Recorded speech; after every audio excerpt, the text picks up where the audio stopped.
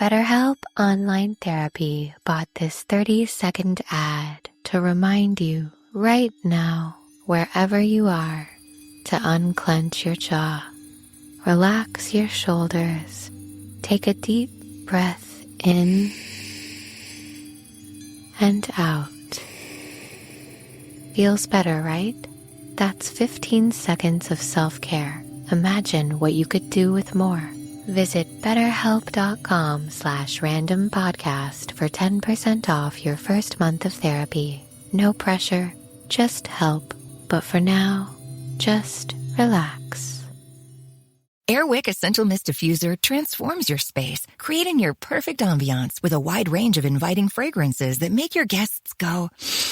Oh. Airwick Essential Mist Diffuser's easy-to-change refills allow you to choose your perfect fragrance for any occasion, like lush honeysuckle and raspberry, and vibrant island coconut and warm sands. And if guests start shifting from the table to the couches, no worries. It's perfectly portable and cordless. Airwick Essential Mist Diffuser, always inviting.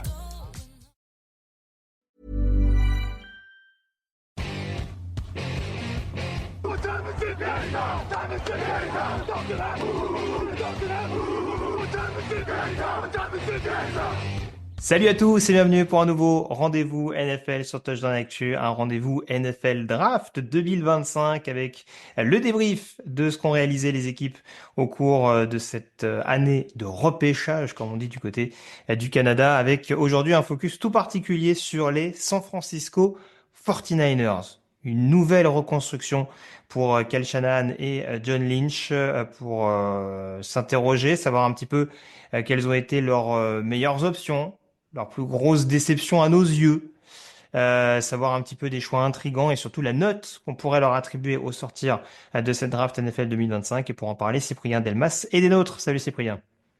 Bonjour Grégory, bonjour à tous les auditeurs et ravi d'être avec vous pour parler des 49ers. Tout à fait. Alors, je vais déjà tout de suite expliquer une chose. Nous enregistrons cette émission à 2. On aurait pu l'enregistrer à 12, puisque sachez que la draft des Niners est peut-être une des plus clivantes, une des plus animées, en tout cas, qu'on a eu sur le chat de la rédaction. Donc voilà, je ne suis pas forcément en supériorité, sachez-le. Mais en tout cas, on aura l'occasion de développer. Je fais un petit teasing, voilà, mais vous verrez qu'il y a pas mal de choses à dire, mine de rien, sur ce qu'ont réalisé les Niners. Hein. Je pense que les fans eux-mêmes, je pense on peut être un peu divisé sur les sélections. Je vais rentrer tout de suite donc dans le détail avec notamment donc 11 choix réalisés par San Francisco, hein, notamment par le biais des nombreux choix compensatoires qui étaient obtenus par la franchise californienne cette année encore. On avait donc au premier tour de la draft Michael Williams, defensive end de Georgia, sélectionné avec le 11e choix. Au deuxième tour, les Niners ont sélectionné Alfred Collins, defensive tackle de Texas.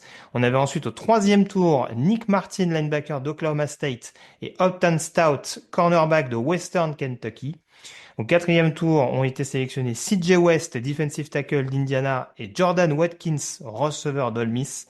On a ensuite au cinquième tour Jordan James, running back d'Oregon, et Marquez Siegel, safety de Kansas State. Et puis enfin 3 choix du septième tour avec Curtis Rourke, le quarterback d'Indiana, Connor Colby, le garde d'Iowa, avec pour terminer Junior Bergen, receveur de l'université de Montana. Pas mal de choses à dire, Cyprien. Allez, tu sais quoi? Une fois n'est pas coutume. On va peut-être commencer par tes déceptions parce que je crois qu'il y en a quelques-unes. Qu'est-ce qui ne te plaît Oui. pas, globalement, dans cette draft des San Francisco 49ers? Tout, voilà, fin de l'épisode, allez. Non, non, je rigole, il y a des choses qui me plaisent quand même, mais c'est vrai on est sur beaucoup de choses qui me plaisent pas. Déjà, la stratégie générale de cette draft me circonspect. Premier choix, c'est plutôt un défenseur contre la course. Deuxième choix, c'est plutôt un défenseur contre la course. Troisième choix, c'est beaucoup un défenseur contre la course. Quatrième choix, c'est c'est un cornerback qui défend très bien la course. Et cinquième choix, c'est un spécialiste de la défense contre la course. Donc, il y avait vraiment un point qui était ciblé, mais je pense pas qu'ils ont ciblé le bon point. Je sais pas pourquoi ils ont ciblé cette défense contre la course. Bon, parce qu'ils ont perdu des joueurs, hein, Javon Hargrave et Malik Collins. au milieu de la ligne défensive, d'accord, tu peux les remplacer avec des bons joueurs, mais il y a quand même beaucoup de choses qui vont pas. Si je te prends le pire, pour moi, c'est Nick Martin. 75e choix, voilà, c'est un choix que je qualifierais de horrible. La valeur du pick est horrible. C'est un linebacker qui est très petit, qui défend la course, mais plutôt dans un axe, on va dire, vertical, qui a du mal à défendre sur toute la largeur du terrain. Donc, il va être cantonné à une moitié de terrain, je pense. Ça va être son rôle. Et t'as Fred Warner au milieu. D'accord, très bien. Mais Nick Martin, voilà, à part plaquer, il pourra pas couvrir comme le faisait plutôt un Dre Greenlaw ou même un Oren Burks, qu'il faisait mieux que lui, je pense. Voilà, je trouve ça, c'est un reach. Les 49ers, ils se sont habitués à prendre des joueurs très hauts, notamment des punters, des quarterbacks, je pense à CJ Beathard, ou des running backs, Tyrion Davis-Price. Ben, en fait, ils ont tous raté. Comment dire?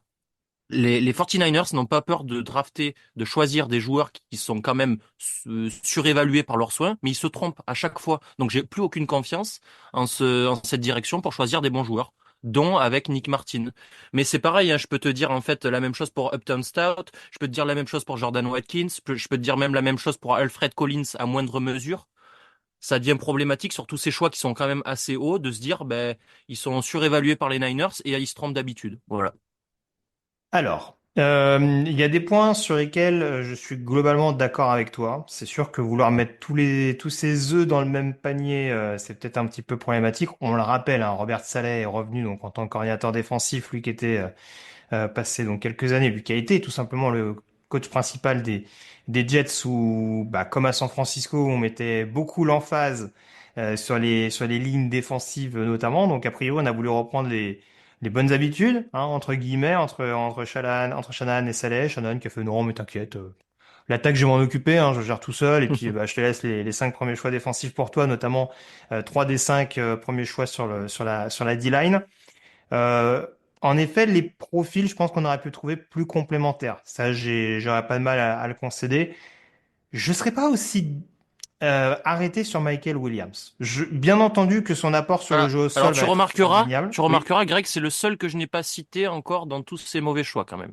Non, non, mais sur le fait notamment que, alors, parce que je veux pas réduire ton propos, hein, mais du coup, Non, non. comme tu disais que c'était plus un defensive end qu'aller sur le run stop. Oui, pour Voilà. l'instant. Voilà, c'est pour ça. Voilà, c'est aussi en ce sens-là que je me dis que ça peut paraître très haut. Encore une fois, on rejoint le côté valeur que tu évoquais tout à l'heure. C'est vrai qu'en effet, ça peut apparaître une déception, en tout cas une mini déception dans le sens où on se dit peut-être qu'avec le 11e choix, on aurait pu prendre un joueur encore plus établi parce que là encore, peut-être que les Niners, sur la ligne défensive, au début de la draft, avaient des besoins peut-être dominants pour un futur proche et que là, en l'occurrence, tu vas prendre un profil qui certes avait une cote, quoi qu'on puisse en dire, parce que c'est un tel profil athlétique que même avec les problèmes de blessure qu'il a eu l'année dernière, la production relative qu'il a eu plus globalement sur l'université de Georgia, parce que justement on lui demandait de toucher un maximum de domaines, notamment le jeu au sol, et que ça a pu éventuellement le cantonner à un rôle, ou en tout cas diminuer sa production en termes de pression sur le quarterback. Mais on se doutait qu'il allait être dans le top 15, voire le top 12. On s'attendait peut-être à le voir dans une équipe qui avait peut-être moins de besoins sur d'autres positions que pouvaient avoir les Niners ou voilà, avoir un joueur qui inquiétait peut-être un petit peu moins d'un point de vue blessure et production, comme je le disais.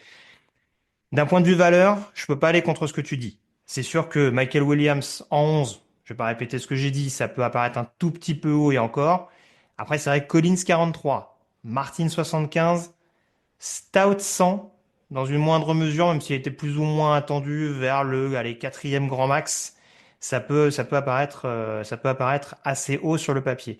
Après, moi, ce qui biaise mon point de vue, je le dis honnêtement, c'est que globalement, c'est des joueurs dont je trouve quand même un certain talent. Voilà. Alfred Collins, on l'a dit, c'est un joueur qui a fait énormément de choses du côté de Texas aussi. Alors, il faudrait pas encore une fois que les Niners se retrouvent à collectionner des joueurs polyvalents, mais qui soient pas forcément capables de performer dans un registre-là, un peu des joueurs un peu interchangeables. On se dit, bon, bah voilà, au final, lui, on lui fait jouer 10 snaps, bah tiens, fais-en jouer 10 à l'autre, on verra pas la différence au final. Il faut quand même que tu aies un minimum de playmaker. Nick Martin, je demande à voir, il a eu une saison 2024 pardon, écourtée. Donc c'est vrai que là aussi, ça pose un petit point d'interrogation. Dre Greenlow arrivait de loin quand même, hein, quand il est sorti de l'université à San Francisco, Oui. de mémoire. Donc je peux leur laisser le bénéfice du doute là-dessus. Maintenant, en effet, pour te rejoindre, je pense qu'on demandera peut-être plus souvent à Warner de courir qu'à Nick Martin. Très honnêtement, on va peut-être pas s'aventurer à envoyer Nick Martin et son 1m80 aller couvrir plus globalement, ce qui faisait pas massivement non plus du côté d'Oklahoma State. Donc voilà, j'aime bien les joueurs dans ce que je leur ai vu produire. Maintenant, j'aurais du mal à aller contre ce que tu dis d'un point de vue, encore une fois, valeur et vraiment la petite touche en plus, on va dire, qu'ils peuvent apporter justement au collectif. C'est pas quelque chose que je peux retrouver. Donc c'est vrai que c'est ce qui m'amène à être un petit peu déçu globalement de ce qu'ont réalisé les Niners en tant que tel. Est-ce qu'il y a quand même un point positif ou en tout cas quelque chose qui sort un peu du lot selon toi dans ce qu'a fait San Francisco? Ouais, le point positif, c'est qu'au moins ils ont pris un spécialiste en défense contre la course que j'aime beaucoup, qui est CJ West d'Indiana. Je peux pas leur enlever. En plus, pour le coup, lui, je pense que sa valeur, ils ont gagné de la valeur en le prenant un peu plus tard. Ils l'ont pris au 130, non, je sais plus 113, exactement, 113. Je comme le pense groupe. qu'ils ont gagné un peu de valeur. Pour moi, c'est le meilleur nose tackle. Petit problème, par contre, c'est qu'ils jouent dans une 43 plutôt, les Niners. Sans nose tackle, avec deux defensive tackles. Hmm. Est-ce que peut-être ça ouvre des possibilités à la défense de Robert Saleh qui veut changer des choses? Pas impossible. Après, Moi, ça après, m'intéresse ce genre. Ouais, pardon, excuse-moi, je vais pas te couper. Il jouait déjà avec vas-y. Javon Hargrave sur une 43 par exemple, alors que le profil était quand même assez clair. C'est vrai. C'est Hmm. vrai. Après, pourquoi je dis que c'est le meilleur, CJ West? J'avais déjà dit la statistique dans le podcast sur les defensive tackles, mais je la redis parce que pour moi, elle m'impressionnera toujours. À Indiana, l'an dernier, ils ont encaissé 2,11 yards par course sur les courses intérieures, donc qui sont ouais, dans l'axe de la ligne offensive, là où défendait CJ West. C'était la meilleure équipe, tout confondu. La deuxième était à 2,60 quelque chose. Donc voilà, c'est énorme la différence. C'était si énorme qu'en fait les équipes en face ont arrêté de courir dans cette zone-là. Face à Indiana, ils ont fait que 85 courses. C'est le plus petit total. Et par contre, il y a eu 29 plaquages pour perte quand même, le quatrième plus haut total. Donc je pense que là, CJ West, il y a une petite corrélation qui est quand même très très bonne et les Niners ont eu bien raison de le récupérer pour défendre la course. Le problème, c'est qu'il suffisait de faire seulement ce choix pour rentabiliser tous les autres sur la défense contre la course. Je développerai un petit peu plus là-dessus. Sur les points intéressants, j'avoue qu'il y a deux sélections. Alors, je vais pas les catégoriser comme des bonnes affaires non plus, mais sur lesquelles je suis quand même assez curieux. C'est des intrigues positives, pour reprendre un terme qu'on avait utilisé notamment sur le podcast sur les Bears. Jordan James, running back d'Oregon, et Connor Colby, garde d'Iowa. Je sais que Jean-Mi, par exemple, aimait beaucoup. Alors Jordan James, je le vois un petit peu comme ce profil de coureur justement qui affectionne beaucoup Kyle Shanahan pour les faire sortir un peu du chapeau et là aussi pouvoir être un peu mis en lumière. Hein. On sait que bah, comme on a un petit peu des points d'interrogation sur Christian McCaffrey, bah, ça va peut-être être la petite bagarre, on va dire, derrière, peut-être avec un Isaac Guerrero ou d'autres joueurs de ce profil-là pour savoir qui peut avoir la vedette. Donc, un Jordan James qui était quand même assez méritant l'année dernière du côté d'Oregon peut avoir un petit peu de temps de jeu dans ce type de système offensif. Connor Colby, voilà, c'est un joueur qui a un petit peu plus déçu ces derniers mois du côté d'Iowa. Mais on sait que sur du bloc en zone, ça peut être une agréable surprise. Ça peut faire partie, là encore, de ces linemen offensifs que Shanahan arrive peut-être à sublimer un peu plus, hein, ces espèces de Brendel, Burford, ces joueurs comme ça qui peuvent avoir qui peuvent avoir vraiment un rôle de titulaire grandissant au fil des mois, hein, avec plus ou moins de succès, encore une fois. Hein, Spencer Burford, je sais que c'est aussi les pénalités qui ont stoppé son essor, mais voilà, ce type de profil-là où Shanahan peut se dire, j'ai pas besoin d'avoir que des superstars en tant que garde pour potentiellement réussir à faire tourner mon jeu au sol. C'est des profils sur lesquels je veux bien me dire que bah c'est pas déconnant ce qui a été fait. Ouais, totalement. Alors, bon, je t'avoue que moi, Jordan James, je le rentre plutôt dans la case running back générique. Peut-être Mhm. que je me mordrai les doigts de dire ça, mais c'est quand même le running back effectivement que Shanahan apprécie. Pour une fois, il a pas récupéré, il a pas sélectionné un choix très haut. Voilà, j'ai parlé de Davis Price qui était un peu haut, enfin j'ai pas parlé, mais il y avait Trey Sermon aussi qui était un peu haut dans ce genre de running back. Ouais. Elijah Mitchell, bon, mais il y en a plein. C'est le running back générique de Kyle Shanahan. Voilà, donc Ça Oui, manque il y a un côté un peu, comparaison n'est pas raison, mais il y a un côté dans la philosophie, je trouve, un peu Devonta Freeman du côté d'Atlanta. Il y avait ce côté ouais. un peu. Moi, j'espère qu'il bloque mieux, surtout sur les Super Bowls. Mais Hmm. sans résumer grossièrement la carrière de Devonta Freeman, qui a fait d'autres bonnes choses, bien entendu. Mais il y a ce côté-là un peu joueur, un petit peu plus petit que les autres, on dira, mais Ouais. qui est quand même capable qui est assez dur au mal et qui peut encore une fois sortir du chapeau s'il y a besoin de l'utiliser. Globalement, Euh, vas-y, vas-y. Ouais, non, juste Colby, excellent choix. Moi, j'ai une autre intrigue quand même. Je vais pas développer dessus. C'est le premier tour, donc c'est un peu gênant de mettre une intrigue au premier tour, comme on l'a dit. Mais Michael Williams, au moins, il a le mérite, bon, d'arriver dans une franchise où je pense ça va être c'est un des meilleurs lieux où il pouvait arriver parce qu'il a pas trop de pression. Il y a un vrai numéro un, il peut se développer tranquillement.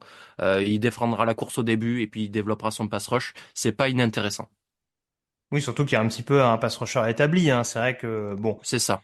Numéro un. ça empêche pas d'avoir des bons pass rushers. Et encore une fois, on l'a dit, Robert Saleh aime quand même en avoir beaucoup sur le papier. On l'a vu du côté de New York. Mais bon, ça peut lui laisser ce petit laps de temps, en effet, pour être un parfait edge setter, comme on dit. Donc, un defensive end très axé sur le, sur la couverture extérieure de la boîte et notamment la bonne protection du jeu au sol. Le temps que vraiment il puisse s'aguerrir au moment d'aller chasser, pardon, le quarterback adverse. Du coup, qu'est-ce qu'on fait au niveau de la note? Cyprien, dis-nous tout. On va pas s'envoler très haut, hein, tu l'as compris, Greg. Écoute, moi je vais m'arrêter à 2, encore une fois. 2 pourquoi? Un point parce qu'il y a CJ West, bravo. Et puis je vais rajouter allez, un demi-point pour Michael Williams, qui est une petite intrigue intéressante, et un demi-point pour Connor Colby. Et j'en ai pas parlé, mais Alfred Collins peut devenir un joueur très correct en NFL aussi, même si j'aurais fait autre chose comme choix.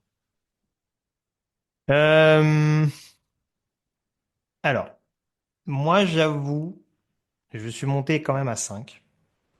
Oh là là. Je suis quand même monté à 5 parce que je continue de penser que, peut-être pas en l'accentuant comme tu le disais, peut-être pas en accentuant autant sur ce secteur-là, mais le run-stop restait un point fondamental.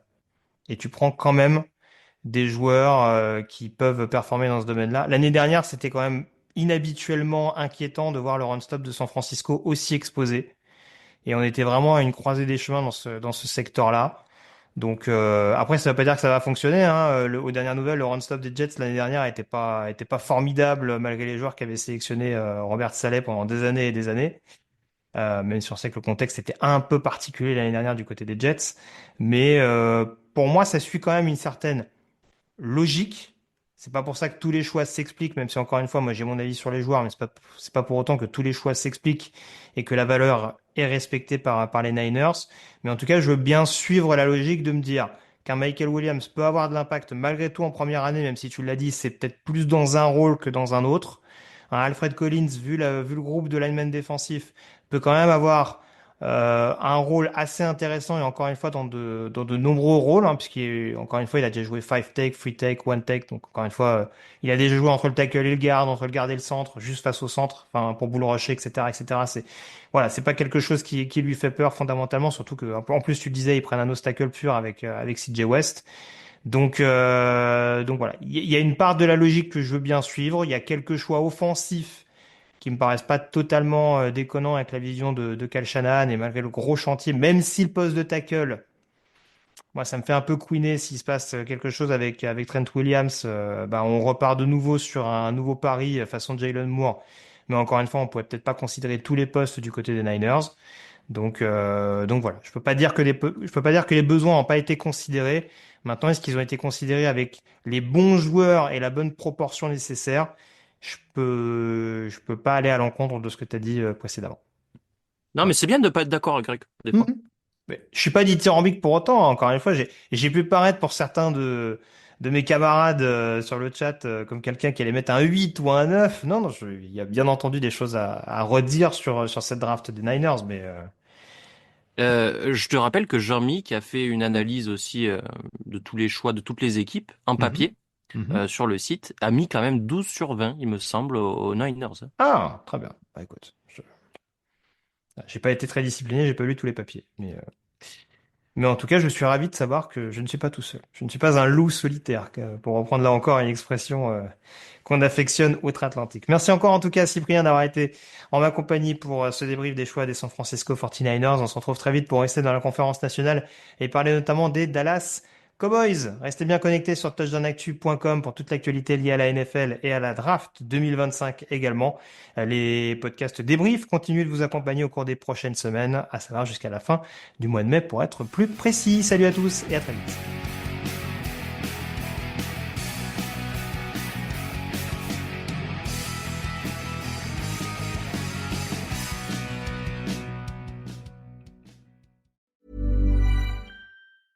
This podcast is brought to you by Aura. By the time you hear about a data breach, your information has already been exposed for months. On average, companies take 277 days to report a breach. That's 9 months where hackers have access to your personal data. That's why we're thrilled to partner with Aura. Aura is an all-in-one digital safety solution that monitors the dark web for your phone number, email, and social security number, sending real-time alerts if your info is found. It also includes a VPN, password manager, and data broker removal to help keep you safe. For a limited time, Aura is offering a 14-day free trial plus a dark web scan to check if your personal information has been leaked, all for free at aura.com/safety. That's aura.com/safety to sign up and protect your loved ones. That's AURA.com/safety. Terms apply. Check the site for details.